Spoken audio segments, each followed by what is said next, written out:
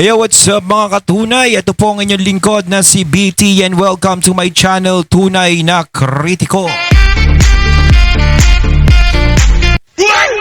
Ayan, syempre meron tayong tatalakayang balita ngayon mga katunay, no? Dahil ang nangyayaring gulo sa Senado ay dahil daw sa pakikialam ni BBM. Ayan, no? Talagang ganun talaga yung maiisip talaga natin paminsan-minsan talaga. Gaya niyan, 'di ba? Syempre mas pinaburan ng palasyo yung pagkakatalaga kay Win Gatchalian, 'di ba? Parang mas okay lang sa kanila kaysa kay Cayetano, 'di ba? Kasi parang hindi nila tropa si Cayetano. Iba talaga pag hindi mo kadikit. Ayan, ito yung sinabi ni Ma'am Rowena Guanzon, mga katunay. Di ba? Na talagang kaya nagulo ang Senado dahil sa pakikialam daw ni BBM. Makikialam ka kasi. Dapat di ka na makialam. Yan. So, wag na natin pagtagalin mga katunay at bigyan natin ng reaksyon ng video na ito na ipi-play natin. Panoorin natin. Grabe. Grabe naman ito. Grabe na itong nangyayari sa atin kasi ang Malacanang, ang ano natin political ito eh. Kaya kita mo si BBM is already interfering with the Senate controversy. Ikaw BBM, kumayos! Inflation rate mo 7%, gutom na ang Pilipino. And Attorney Guanzon, sabi, kahit ang Malacanang, sinasabi nila that ang kinikilala nila is the new majority, which is the Gatchalian bloc. And then... Sino kinikilala nilang Senate President? Sinabi ba nila? Si Gatchalian ba ang Senate President? Hindi. Acting. Dahil inelect siya nila, sabi nila, inelect nila siya as pro tempore to replace Senator Loren Legarda. Oo. Sinabi ba ng Malacanang na ang Senate President ay si Gatchalian? Kung may recognize sila yung... So parang ang ibig sabihin pala nito, ayan na hindi naman talaga as in Senate President si Gatchalian. 'Di ba? Parang ano lang, nag-replace lang siya sa pwesto ni Loren Legarda. 'Di ba? Kumbaga wala pa rin siyang wala pa rin siyang powers. Unang-una, talagang sasabihin natin ditong wala siyang powers dahil hindi naman siya dumaan sa tamang botohan. Talagang nauuso talaga, nauuso talaga ngayon yung hindi dumadaan sa tamang proseso. Gaya nung pagkakadala kay PRRT sa Dahig, hindi dumaan sa tamang proseso. Yung warrant of arrest ni Senator Bato, hindi rin dumaan sa tamang proseso. Pati ba naman yung botohan sa Senado, hindi rin dumaan sa tamang proseso, di wow. Halos lahat na lang ng bagay, hindi dumadaan sa proseso. Lahat pala ng pangyayari, hindi bagay. No? Ganyan na lang ba tayo lagi? Yung talagang hindi natin padadaanin sa proseso. Talagang mahirap yan pag napapanood ng mga kababayan natin. Kami, sunod na sunod kami sa proseso. Pero kayong mga nasa pwesto, hindi kayo sumusunod sa proseso. Parang unfair ata sa amin yan. Majority ng block ni that is, they are violating the separation of powers as a principle of democracy. Just people in Malacanang should shut up. This is a Senate controversy. BBM should not interfere in this. Yung separation of powers, recognize nyo. Kumbaga kung tutusin kasi, wala naman talagang pakialam dapat ang Malacanang, ang palasyo, dyan sa kung anong nangyayari sa Senado. Diba? Kumbaga, yan iba yan Diba? Pero ang nangyayari kasi ngayon, napapansin natin dyan sa Senado, lalo na yung mga tropa pips ni Gatchalian, sila, is parang mas napapalapit o sinasabi ng mga ibang nakakausap natin na talagang dikit daw sa palasyo. Diba? Ganun yung nakikita nila. Ngayon, kapag hindi ka daw dikit sa palasyo, eh, kawawa ka daw. Ganon. Kumbaga, lahat ng mga, lahat ng mga benepisyo, pag tropa ka, makukuha mo. Pero pag hindi ka tropa, suffer. Gaya ng mga nangyayari ngayon sa, di ba? Dito sa majority ni Senator Alan. Alam naman natin na talagang pinagsasuffer gaya ni Senator Jinggoy. Gaya ni Senator Bato. Di ba? Talagang magsasuffer ka. Ngayon, may mga iba pa na may mga kaso dyan na maaaring magsuffer din. Pero ang tanong dyan, alam natin si Cheese, di ba, kinasuhan? May kaso si Cheese. Ang tanong dyan, matuloy pa kaya? So, para sa akin, kung hindi matuloy ang kaso ni Senator Cheese, di ba? Kasi parang pare-parehas lang sila nila Jinggoy ng kinaso sa kanila eh. Totoo yung nagiging chismis. Na kapag ikaw lumipat, is mawawala yung kaso mo. Tiway na lang yun. Kumbaga, absuelto ka na. Ibig sabihin, parang pinatotohanan nila yung sinabi ni Senator Jinggoy. Kapag ganun nang nangyari. Diba? Kasi syempre, may kaso yan. Si Senator Jinggoy, nakakulong. Eh di dapat yan, si Cheese, pag hinainan din niya ng warrant of arrest, makulong din yan. Ang tanong, papayagan ba nila?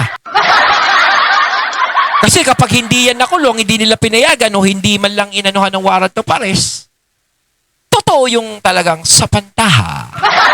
Ibig sabihin, totoo talaga yun. Totoo talaga ang chismis. Di ba? Ano na-recognize nyo?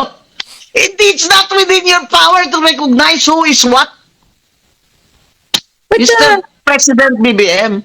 Attorney Guanzon, Grabe. Sa Grabe naman ito. Grabe Sa na itong nangyayari sa atin kasi ang Malacanang, ang ano natin political ito eh. Kaya kita mo si BBM is already interfering with the Senate controversy. Oo. Attorney, sakali lang po na igiit ng Gatchalian Block na sila ang majority sa Senate at igiit O hindi mo, Ni bakit Senate hindi sila President. mag-elect? Tama. Ma'am Hana, ba't hindi sila mag-elect ng Senate President kung sila ang majority? Oh, I dare Senator Gatchalian, Tulfo, and the senators there, Risa Ontiveros. I dare you. If you are the majority, go ahead and elect your Senate President. Oh. Total, sila naman pala yung majority, di ba? Hindi yung dapat temporary lang yung nandiyan. Oh. I think Pero sinabi ni Cheese, no, wala naman daw Senate President. Parang anong tingin niya kay Cayetano, hindi Senate President. Parang hindi niya tinuturo. Parang anong nangyari, alam nyo, sa totoo lang, eto mapunta tayo kay Cheese, no? Lahat ng mga sinabi ni Cheese do sa interview niya is puro play safe. Diba? Yung sinabi niya, wala namang Senate President eh. So, ibig sabihin, hindi siya nagbabanggit kung sino talaga yung tunay. Diba? Hindi siya nagbabanggit. Siyempre, pag binanggit niya si Gatchalian, baka magalit sa kanya si Cayetano o yung mga kasama ni Cayetano. Kapag binanggit niya naman si Cayetano na siya pa rin naman ang Senate President, magagalit ngayon yung side ni Gatchalian. Oh, kumbaga para siyang lahat ng sinabi ni Cheese do sa interview niya is puro play safe. Oo, play safe talaga. Yung tipong lumalagay siya sa gitna, no? Yan ang gusto niyang palabasin. Nasa gitna lang ako. Parang ito yung gusto ko ring magtrabaho. Gusto kong matuloy ang mga session sa Senado, tama na yung mga ganyan-ganyan, 'di ba? Parang ganoon. your last message, Attorney Guanzon, for the senator. Sabi ng Malacanang shape up, umayos kayo. Yun ang sabi sa kanila. And they Ikaw, should... BBM, umayos. Inflation rate mo 7%. Gutom na ang Pilipino. Fuel crisis tuloy pa rin. Dollar is at 67. Ikaw, BBM, ang umayos. Huwag Talagang si Senator tuloy. Talagang nasasabi ko talaga Senator kasi bagay talaga maging Senator to si Mang Moreno. Talagang itong si Attorney Guanzon talagang hindi talaga nagpapalit balat. No, hindi katulad ng mga iba. 'Di ba? Alam naman natin kakamping or dilawan si Attorney Guanzon, pero kita mo naman hindi pa rin siya nagpapalit balat. No, talagang kung ano yung paninindigan niya nung una is talagang hanggang huli ito. Nandito pa rin. 'Di ba? Yan yung mga tunay. 'Di ba? Yung ngayon yung mga kasama ni Attorney Guanzon wala na. Talagang mga tuluyan na nagpalit balat. Kumapit na, parang kapit tuko na dun sa palasyo. Nag-iba na ang mga aura.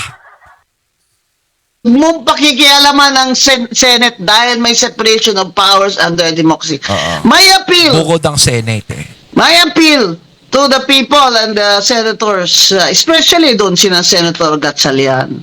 Alam ko naman po na politika lang po ito sa inyo. Pero kami po, ang mga tao po, kami mga abogado po, naiintindihan naman namin itong lahat ng galaw nyo Pero yung mga taong karaniwan po, nininervyos na. Kung ano na ba talaga ito? Ang gulo na nga Alam nyo, Sa totoo lang, napakagulo na talaga ng politika sa Pilipinas para ka nasa palengke. Di ba? Hindi mo na maintindihan Hindi mo na talaga maintindihan kung ano ang nangyayari. Oh. Di ba? Sobrang gulo ng politika sa atin. Parang nakakahiya tayo sa ibang bansa kapag tayo mababalita na ganito ang politika sa atin. Tapos aasa pa tayo ng mga mag-i-invest sa bansa natin, yung sarili nga nating politika hindi natin maayos. Di ba?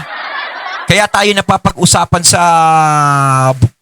buong mundo Dahil sa kakaganito Okay lang sana kung pag-uusapan tayo in good terms Kaso na pag-uusapan tayo in bad terms, nakakahiya yung ganun.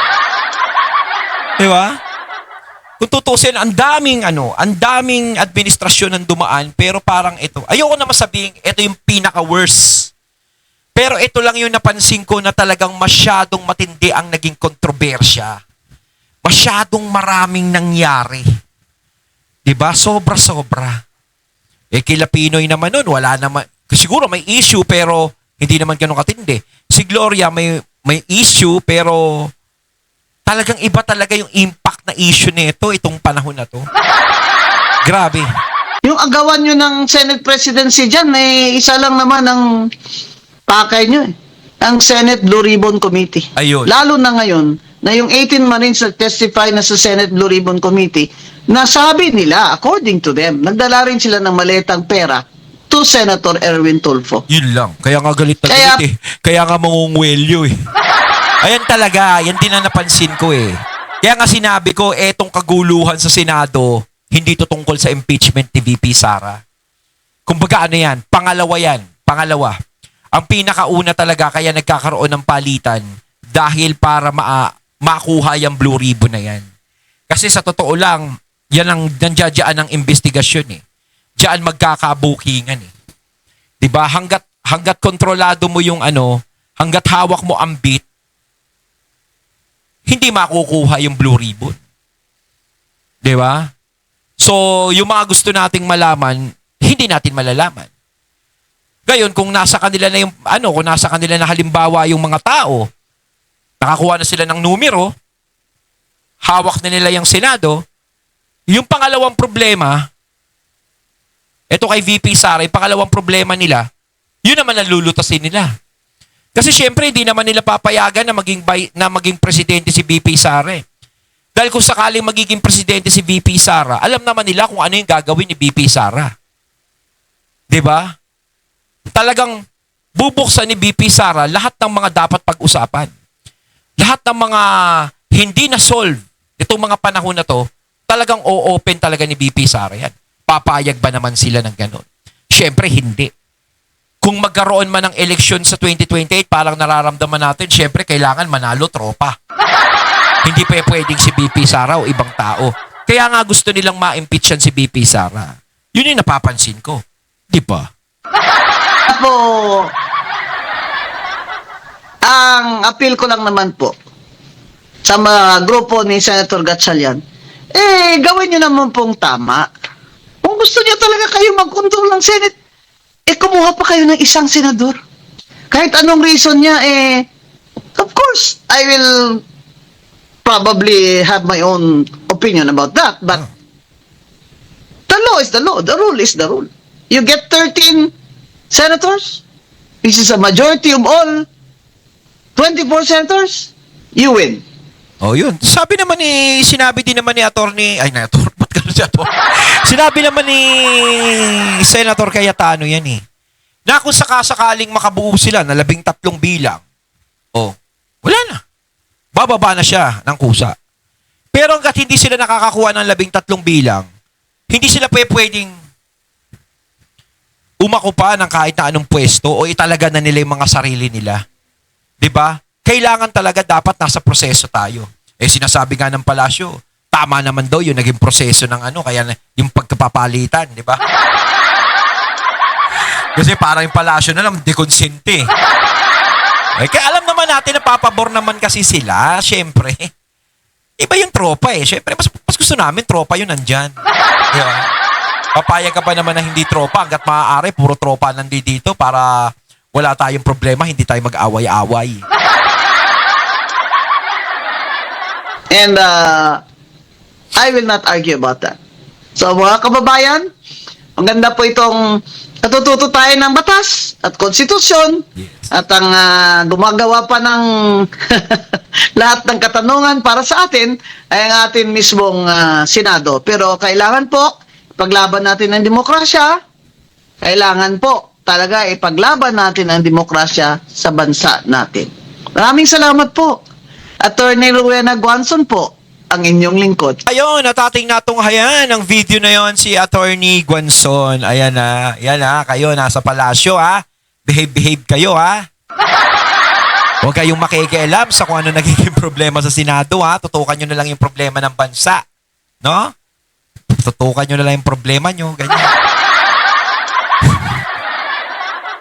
Kayo mga katunay na masasabi nyo tungkol dito. Comment lang po kayo sa comment box. So once again, I'm BT and I'm out. Peace.